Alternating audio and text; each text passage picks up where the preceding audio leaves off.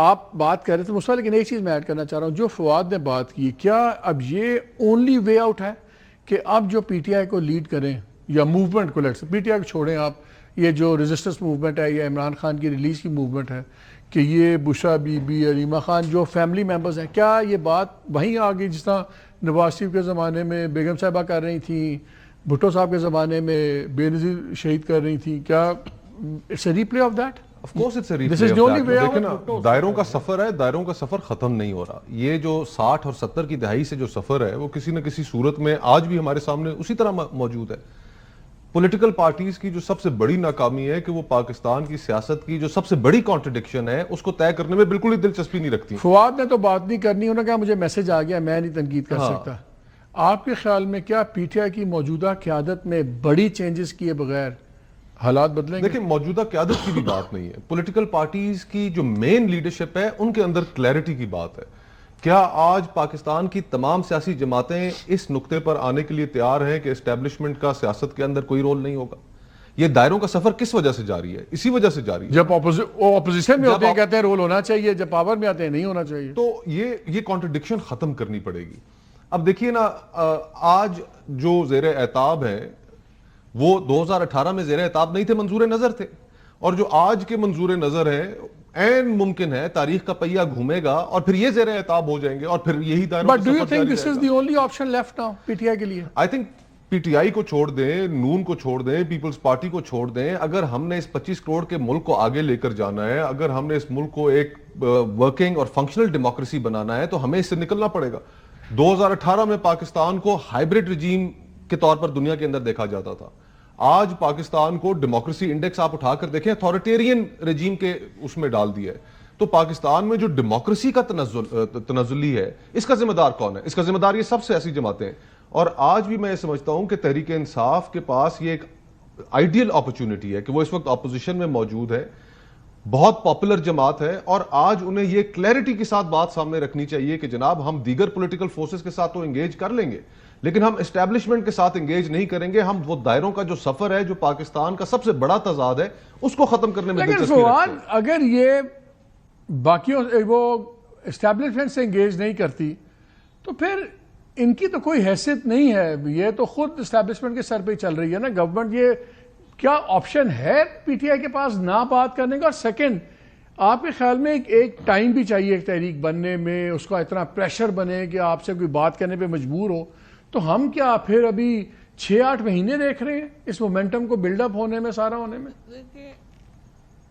مالک momentum تو خیر پہلے ہی موجود ہے، اس کو ایک کیا جا سکتا ہے. اور لیکن مسئلہ اس وقت یہ ہے، دیکھیں میں مصطفیٰ سے تھوڑا اس بات میں ایگری نہیں کرتا. اسٹیبلشمنٹ کے بغیر دیکھیں پھر تو معاملات وہی لڑائی کی رہ جائیں گے نا. اور سیاسی جماعتوں میں زرداری صاحب میں اور نواز شریف صاحب میں تو کوئی تپڑ نہیں ہے کہ وہ اپنے فیصلے کو اتنے انڈیپینڈنٹ لے سکیں. لہٰذا آپ کو ایک گرینڈ پولیٹیکل ڈائیلاگ کی ضرورت ہے جس میں اسٹیبلشمنٹ بھی اس کا جو ہے وہ حصہ ہو. دیکھیں اب جو اسٹریٹ موومنٹ کا جو خطرہ ہے نا پاکستان میں، اس کا خطرہ اصل پرابلم یہ ہے کہ اس وقت نون لیگ اسپیشلی پنجاب میں بالکل ایلیمنیٹ ہو گئی ہے پولیٹیکلی، اور اس کی جگہ لے لی ہے مذہبی ایکسٹریمسٹوں نے. اور اسی طرح سے خیبر پختونخوا میں اور بلوچستان میں الٹرا نیشنلسٹ آ گئے ہیں. سو مجھے جو ڈر ہے وہ یہ ہے کہ جب آپ اسٹریٹ موومنٹ کی ہم بات کرتے ہیں، اگر اس میں خدا نہ خواستہ وہ آؤٹ آف ہینڈ ہو جائے، کوئی وائلنس آ جائے، تو پھر اس میں پی ٹی آئی کو بھی شاید کچھ نہ اس طرح سے کچھ ملے اور وہ معاملہ پھر بڑا خطرناک ہو جائے گا. بیکاز پنجاب میں اور کراچی میں یہاں پہ جو مذہبی ایکسٹریمسٹ ہیں وہ یہاں پہ دنگے ڈال دیں گے، اور خیبر پختونخوا میں اور بلوچستان میں الٹرا نیشنلسٹ اور سیسیشنسٹ جو ہیں، علیحدگی پسند جو ہیں، وہ پھڈے ڈال دیں گے. لہٰذا صحیح بات تو یہی ہوگی کہ ہم ایک گرینڈ پولیٹیکل ڈائیلاگ کے ذریعے کچھ لو اور کون کروائے گا گرینڈ پولیٹیکل ڈائیلاگ؟ کون کرے گا اس کو؟ کون کرائے گا؟ ہاں اب یہی میں کہہ رہا ہوں. اب پرابلم یہ ہے کہ اس کے اوپر کرانا تو اسٹیبلشمنٹ کو چاہیے، لیکن اسٹیبلشمنٹ کا جس طرح سے آپ کہہ رہے ہیں یا مصطفیٰ کہہ رہے ہیں، ان کو لگ رہا ہے کہ ہماری کوئی مجبوری نہیں ہے.